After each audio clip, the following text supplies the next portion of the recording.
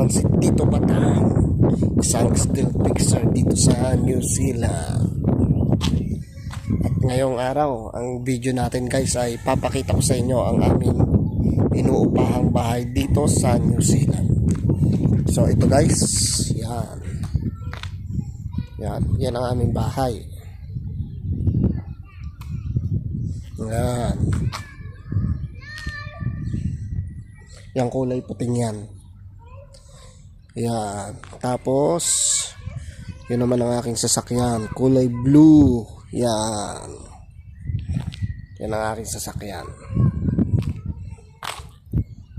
Bali, 3 kaming umuupa dito sa bahay na ito guys. Tigwa $185. Hindi pa kasama ang kuryente at tubig. Yan. Tapos ang akin namang sasakyan ay $100 per week. Yan guys.